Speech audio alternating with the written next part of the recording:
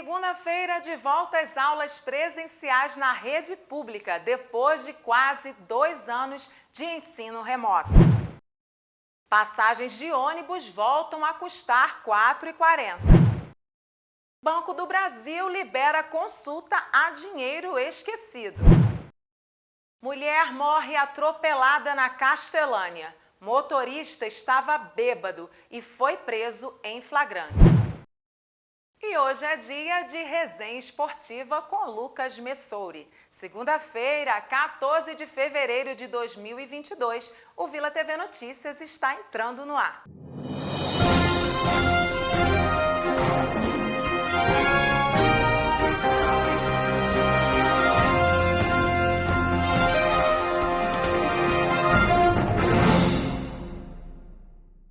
Boa noite!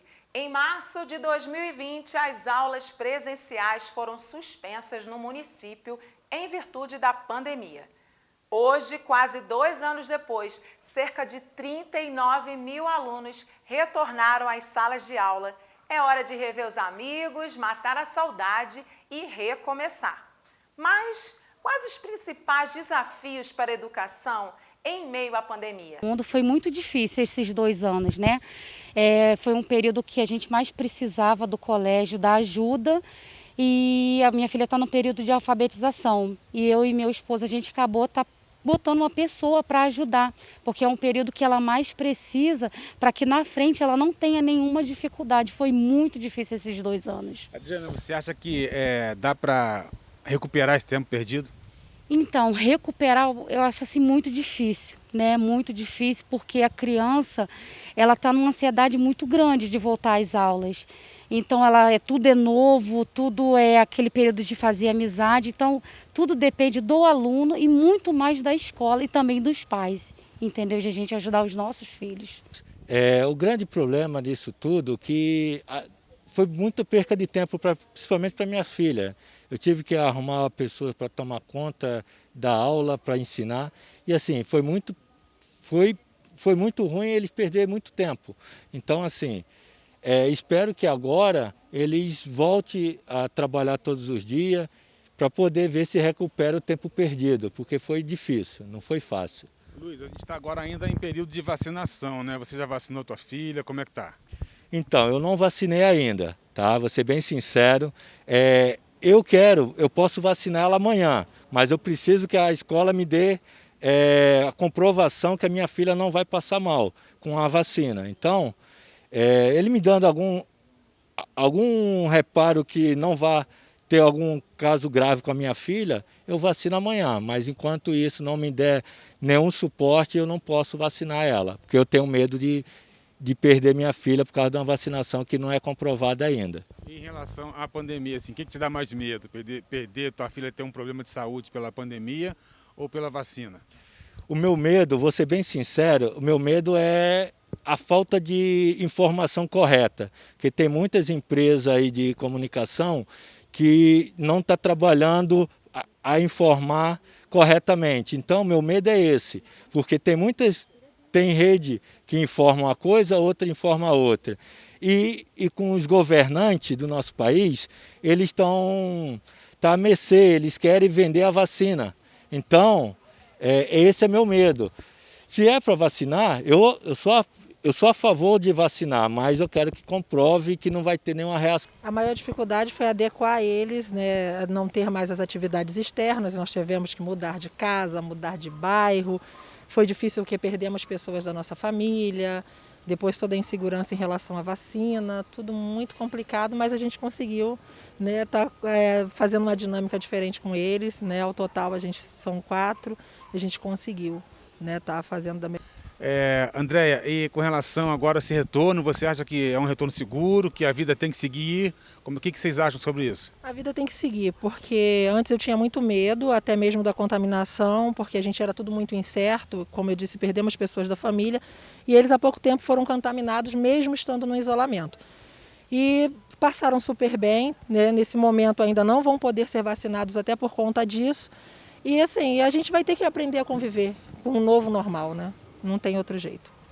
Então, eu acho que nós temos que fazer o melhor possível para os nossos filhos, né? Inclusive verificar essas informações sobre a vacinação e com certeza ter mais eficácia em questão da vacina, porque muitos pais hoje não estão entendendo o porquê da vacina.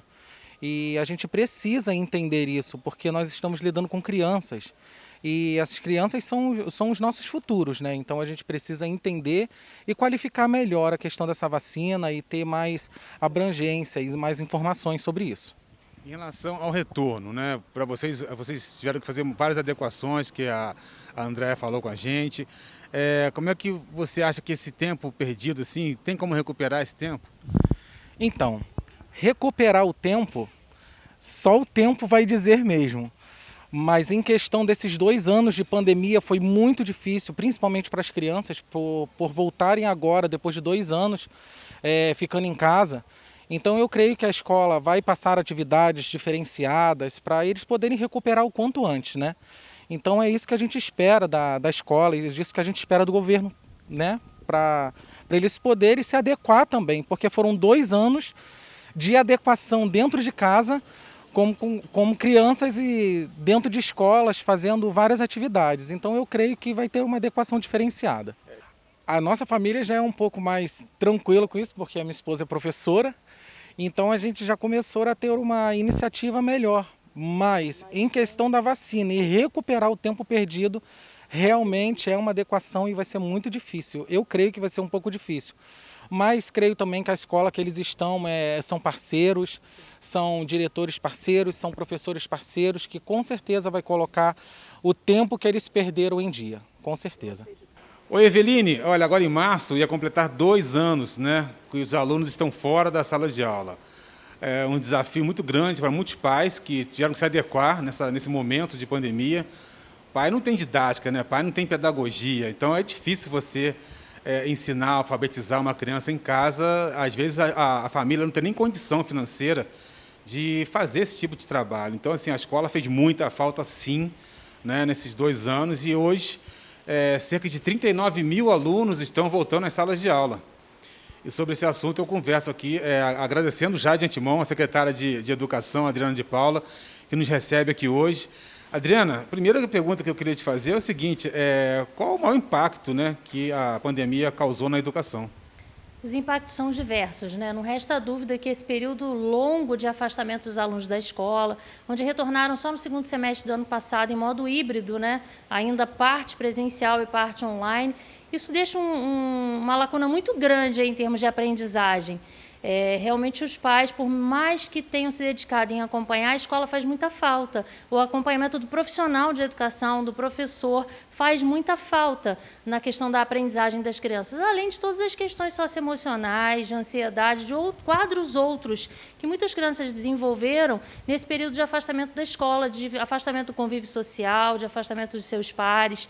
Então, não resta dúvida de que existe aí muitas questões a recuperar. Adriana, o que representa esse retorno, né, 2 anos praticamente depois, né, de março de 2020 até hoje, e quais são os principais desafios daqui para frente? Não resta dúvida que esse retorno é cercado assim, de muitas questões, né? Muita ansiedade, muitas pessoas favoráveis, outras nem tanto. Então, todo cuidado é muito importante. A intensificação aí das campanhas de prevenção, dos cuidados que a gente precisa ter no uso de máscaras, na higienização das mãos, com sabonete líquido, com álcool gel. Todos os protocolos precisam ser seguidos para que a gente garanta, de fato, um retorno seguro à volta às aulas. Adriana, a pandemia aumentou, de fato, os desafios da educação, em especial com relação à alfabetização e à evasão escolar. Esse desafio é grande. Com certeza, é um desafio enorme. A educação sempre foi um desafio muito grande, né? Principalmente a educação pública no nosso país. É algo que a gente tem aí muito a trabalhar para qualificar todo esse processo. A pandemia só veio, de fato, a aumentar isso, a alargar isso, né? Então, nós já temos aí uma previsão de um índice grande de evasão e já estamos trabalhando em projetos, né, de busca desses alunos evadidos, de valorização aí de educação de jovens e adultos, de programas que possam resgatar esses alunos, fazê-los voltar às salas de aula, né, para poder recuperar realmente aí essa lacuna de aprendizagem. Adriana, a gente sabe que mesmo com todos os protocolos, né, com toda a segurança, tem uma pressão, assim, entre aspas, dos pais, porque tem muitos pais ainda que ainda são contra a vacinação, que não entenderam, talvez muita fake news, muita mentira que ocorreu, né, em torno da vacinação, causou toda essa insegurança. E acho que é importante você dar uma palavra também de conforto para esses pais, né, de confiança, de garantia, que os filhos têm que ir para a escola, têm que retornar, têm que vacinar. Você tocou num ponto muito importante, né? A questão da desinformação, né? É muito importante a gente trabalhar a campanha de informação, o que vai nos garantir passar pela pandemia, né, e sobreviver a este momento e retomar a vida, retomar a normalidade, é a informação, a vacinação e a prevenção, né? Então, é importante demais que a gente realmente intensifique as campanhas de informação e a escola tem um papel muito importante nisso, sabe?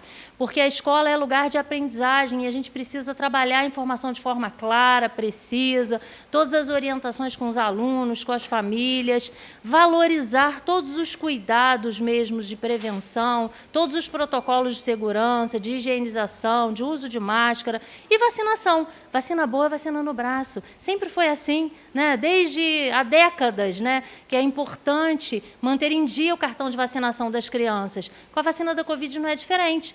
Por mais que exista, né, uma frente falando que ela é experimental, não é a ciência que está dizendo, não somos nós. Não é o senso comum, né? É a ciência que comprova que a vacina vem garantindo a redução do número de casos, vem garantindo a diminuição do agravamento dos casos. Então, é muito importante que a gente avance na pauta da vacinação. Queria só aproveitar a oportunidade e perguntar o seguinte, muitas dúvidas de pais é que se a criança vai ser proibida de entrar na escola. Né, a criança não vacinou e eu estou com medo de mandar a criança para a escola e ela passar vergonha. Isso não, né? De forma nenhuma. Criança nenhuma será impedida de entrar na escola por não apresentar o cartão de vacina, né? Eu volto a destacar que o cartão de vacina, há décadas, já é um documento exigido na matrícula do aluno, com todas as vacinas que já eram obrigatórias. Agora é a mesma coisa. Mas criança nenhuma nunca foi impedida de frequentar a escola por não apresentar e continuará não sendo. A questão da obrigatoriedade do cartão de vacina, o decreto é bem claro nesse sentido, de que ele precisa ser apresentado até o final do calendário vacinal do município. Nós estamos agora no início desse calendário. A não vacinação, ela implica em informação, notificação aos órgãos competentes, que é Conselho Tutelar, Vara da Infância, como sempre foi. Mas a criança, de forma alguma, será constrangida ou impedida de entrar na escola. Educação é direito de todos, é direito das crianças e esse direito será assegurado. Adriana, caso haja algum caso, né, suspeito de Covid nas escolas, qual é o procedimento? Então, o procedimento é notificar a vigilância epidemiológica, né? Nós temos o site Notifica Educa, né? Educação, Notifica Educação, que é o site próprio para fazer o relato, né, o registro desses casos. É importante que as famílias observem as crianças em casa. Caso em casa tenha alguém com sintoma ou a criança apresente já algum sintoma, fazer a notificação para a diretora da unidade escolar e não encaminhar o aluno à escola. Realizar primeiro o teste, realizar primeiro todos os procedimentos. E caso esse sintoma seja identificado na escola, quer em aluno, quer em funcionário, a diretora também fará a notificação à vigilância epidemiológica, que encaminha todos os procedimentos, seja de afastamento daquele funcionário, daquele aluno, seja de suspensão da aula de uma turma ou até mesmo da escola. Cada caso é analisado individualmente, dependendo das circunstâncias em que cada um ocorrer. Mas esse link entre Secretaria de Educação e Secretaria de Saúde está bem estreito e organizado no sentido de dar segurança ao processo. Segundo a Prefeitura, apenas uma escola vai estender o ensino remoto por pelo menos mais um mês. É a Escola Municipal Celina Schechner, em Itaipava, que passa por obras. Segundo a Prefeitura, estudantes e funcionários das escolas terão uso obrigatório de máscaras, haverá oferta de álcool em gel, será feita também a aferição de temperatura antes da entrada no colégio e todos, alunos e funcionários, deverão manter distanciamento. Ainda segundo a Secretaria de Educação, cerca de 65% dos alunos compareceram às escolas nesta segunda-feira. Passando para lembrar você de salvar o nosso WhatsApp no seu celular. 22316683 é o nosso canal direto com você, para que você nos ajude aí a cada dia a fazer um jornal melhor. Fala pra gente o que está acontecendo no seu bairro, como é que está a situação dos ônibus, como é que está a situação do lixo, está tudo ok por aí, a rua está asfaltada, está com buraco, conta tudo pra gente que a gente vai tentar te ajudar dentro do possível aí. 2231-6683 é o WhatsApp aqui do Vila TV Notícias. E também segue a gente lá no Instagram, @Vila TV Notícias, e acompanhe todas as informações no nosso portal www.vilatvnoticias.com.br. A gente vai para um rápido intervalo e já a gente está de volta com muito mais informação para você.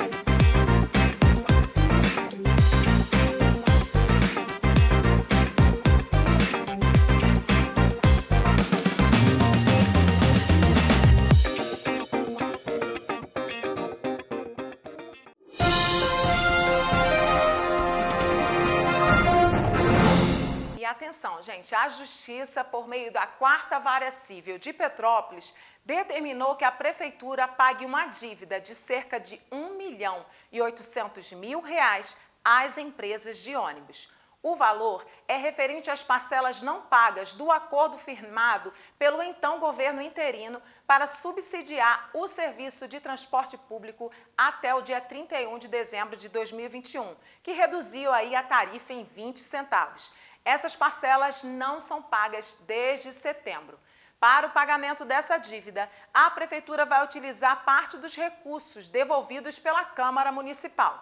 Na última sexta-feira, durante reunião na Casa dos Conselhos, o presidente da Câmara Municipal, Ingo Rames, anunciou que o Legislativo vai devolver R$2.700.000 para a Prefeitura. Na ocasião, o prefeito Rubens Montempo agradeceu a iniciativa dos vereadores. Em agosto de 2021, a CETRANSPETRO fez um acordo com o governo interino e baixou as passagens de ônibus de R$ 4,40 para R$ 4,20. O acordo tinha validade até o dia 31 de dezembro de 2021. À época, por uma decisão jurídica, foi acordado que as empresas de ônibus receberiam esse subsídio emergencial. Neste domingo, as empresas de ônibus aqui de Petrópolis voltaram a cobrar o valor de R$ 4,40 pela passagem. De acordo com o sindicato, o sistema de transporte público de ônibus em Petrópolis permanece numa absoluta crise, necessitando de novas estratégias, medidas e modelos. E mais, eles dizem também que mesmo com o retorno de 20 centavos no valor da passagem, a tarifa permanece defasada.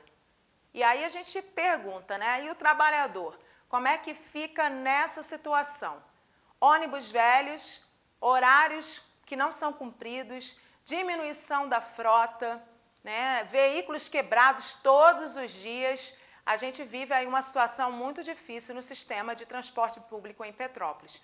Quando é que o usuário de ônibus da cidade vai ter um serviço de qualidade, digno e compatível com o valor das passagens? Fica aí essa pergunta no ar. R$ 4,40 para um ônibus quebrado, é isso que a gente quer?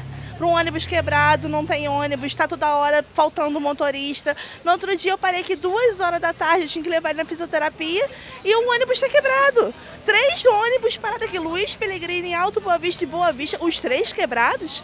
É isso que eles querem pra gente? Já passou da hora já de botar o ônibus normal aqui, gente. É só essa calçada aqui, a gente fica do lado de fora, com chuva, com sol, a gente com criança pequena, entendeu? E o ônibus aqui, ó, quebrado o tempo todo, falta ônibus. Hoje mesmo eu fui levar ele pra escola, eu cheguei atrasada. Roda muito pouco, né? Se for no Rio, por exemplo, o ônibus roda 1 hora, 2 horas. E eles colocaram ônibus sucata, entendeu? Eles não colocaram ônibus novos pra gente. É tudo sucata. Tá na hora de fazer uma intervenção e mudar tudo aqui. Acabou, entendeu? Ou muda a frota do ônibus, muda a empresa, entendeu? Já passou da hora. Ó, tive um acidente em 2020, até hoje eles não justificaram o meu acidente. Dupla função de motorista. Já passou da hora. Eu acho um absurdo, né? Porque, igual eu moro no Fragoso, lá nunca tem ônibus. Igual agora, eu tô aqui, mas não sei se vai ter ônibus. A gente não tem ônibus horário nenhum. Agora com a volta das aulas das crianças é pior ainda. Porque você tem que ficar chamando um aplicativo, porque você não sabe se a criança vai poder chegar no horário certo da escola ou não. Porque não tem ônibus de manhã, não tem ônibus de tarde, não tem ônibus hora nenhuma. Aí qual é o respaldo deles para querer aumentar a passagem? Não tem um bom funcionamento, não entrega um produto bom para a gente poder andar dentro do ônibus, porque os ônibus são tudo sucateados. A gente anda lá dentro mais correndo perigo do que andando pela rua aí. E vai aumentar a passagem para quê? Eles vão aumentar a passagem e vão dar um serviço de qualidade? Se for assim... Eu acho um absurdo, principalmente aqui em Petrópolis, porque tá uma confusão danada com esses ônibus. Tem área que está abandonada. O meu ônibus, por exemplo, ele faz 2 bairros diferentes. E aí a gente fica nessa coisa. O ônibus até um tempinho atrás vivia atrasado. R$ 4,40 para pagar a passagem caríssima. Para a gente ficar dependendo de ônibus e ficar nessa sofrência. Olha, sábado em especial eu recebi reclamação desse ponto de ônibus aqui, do Estrada da Saudade. Que ônibus quebram com frequência e são ônibus velhos. Sim, são sempre ônibus velhos, os ônibus quebram, eles não colocam outro. Teve uma vez que o pessoal ficou aqui um tempão esperando de noite na chuva e nada do ônibus vir, falaram que tinha quebrado no meio do caminho, uma demora danada para chegar. Eu acho um absurdo. Olha, notícia boa, está liberada aí novamente a consulta a dinheiro esquecido pelos brasileiros nos bancos, depois da interrupção do serviço em janeiro, quando o volume de acessos derrubou o site do Banco Central. O serviço foi restabelecido em uma página específica, mas no primeiro acesso o cliente pode consultar apenas se há ou não recursos disponíveis. Por hora, basta informar o CPF. Ao fazer essa primeira consulta, o cliente do banco recebe uma data e período para consultar e solicitar o resgate do saldo existente. As datas são agendadas de acordo com o ano de nascimento da pessoa ou da criação da empresa. Como consultar? Acesse o site www.valoresaReceber.bcb.gov.br. Segundo o Banco Central, os clientes precisam do CPF, no caso de pessoas físicas, e do CNPJ, no caso das empresas, para consultar a existência de recursos para saque. A página vai informar uma data para consultar os valores e solicitar o saque. Anote esta data. Na data informada, retorne à página e use o seu login para acessar o sistema. Após o acesso, consulte o valor e solicite a transferência. Uma mulher morreu atropelada na manhã deste domingo no bairro Castelânia. O motorista que atropelou e matou a mulher na rua Olavo Bilac estava bêbado, de acordo com o delegado da 105 DP, João Valentim. Ele foi preso em flagrante e autuado sem fiança e vai responder por homicídio culposo de trânsito. Fluminense, Flamengo e Botafogo vencem no final de semana e embolam ali a classificação do Campeonato Carioca. Vem chegando Lucas Messori com a resenha esportiva.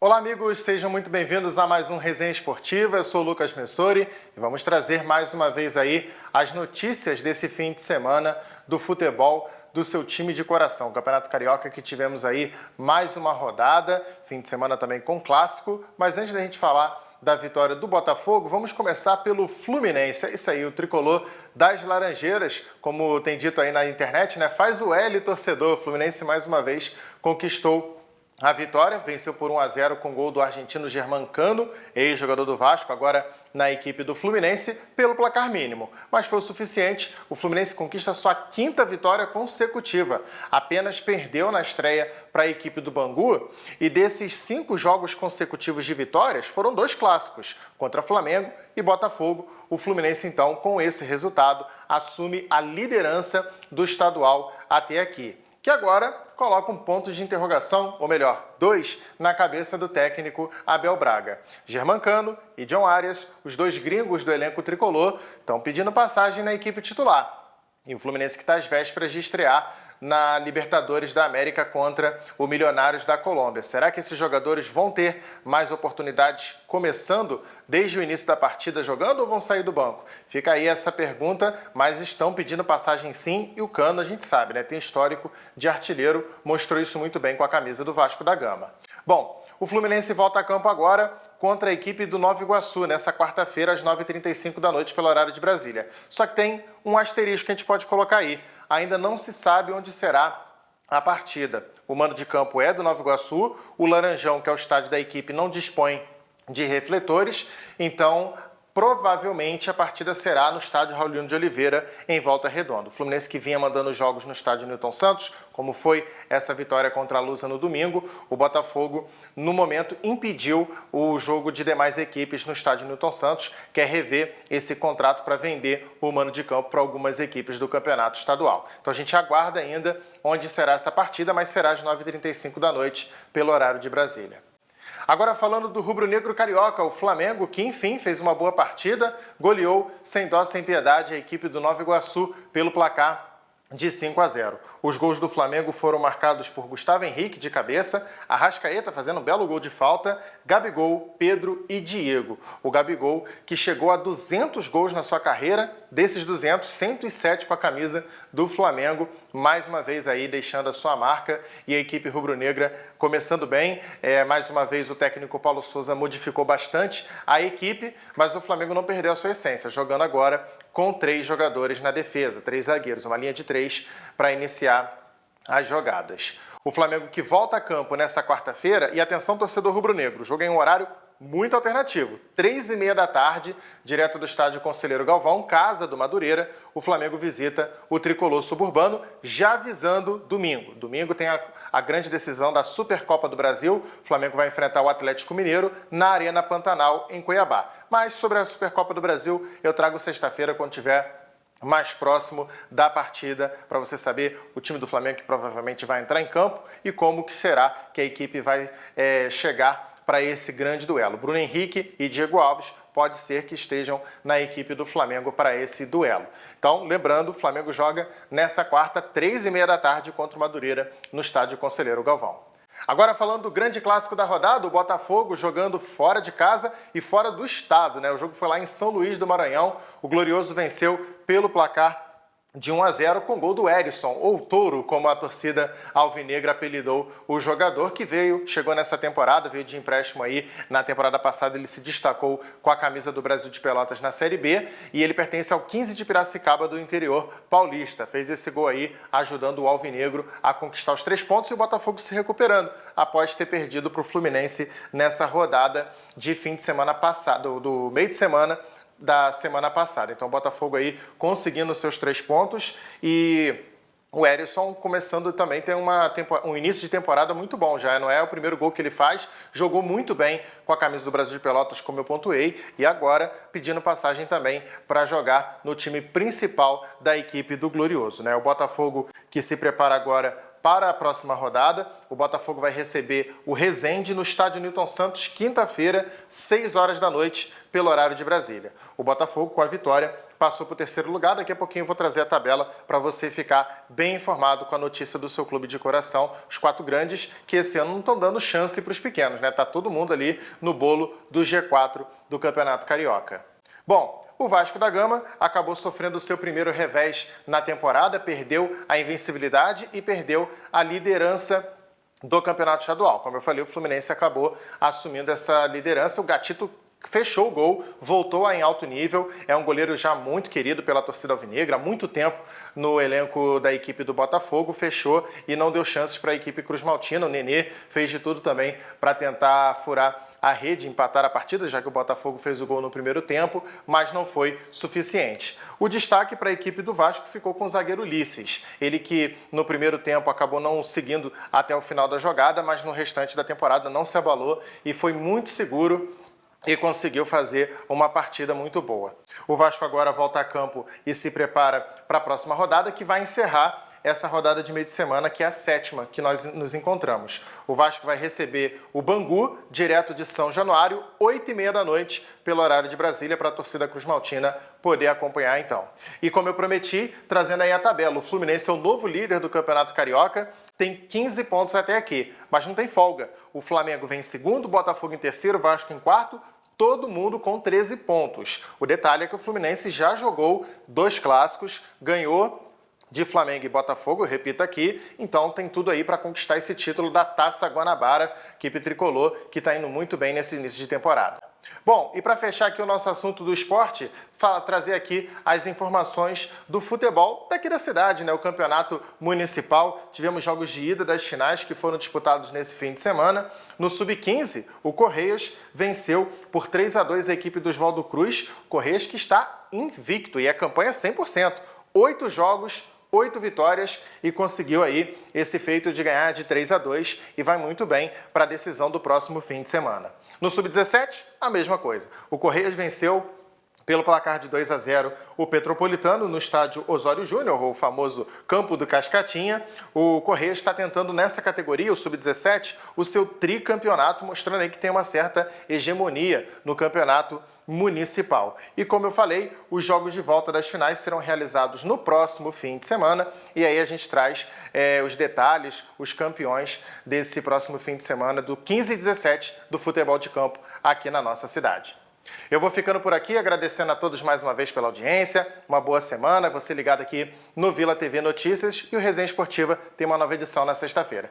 Lembrando que, seguir a gente aqui em todas as redes sociais, participar aqui do nosso programa também, enviando seu comentário, seu palpite sobre o seu clube de coração. Um abraço a todos, uma boa noite. Por hoje é só, Vila TV Notícias está ficando por aqui. Eu espero você amanhã com muito mais informações sobre Petrópolis. Uma ótima noite e até lá!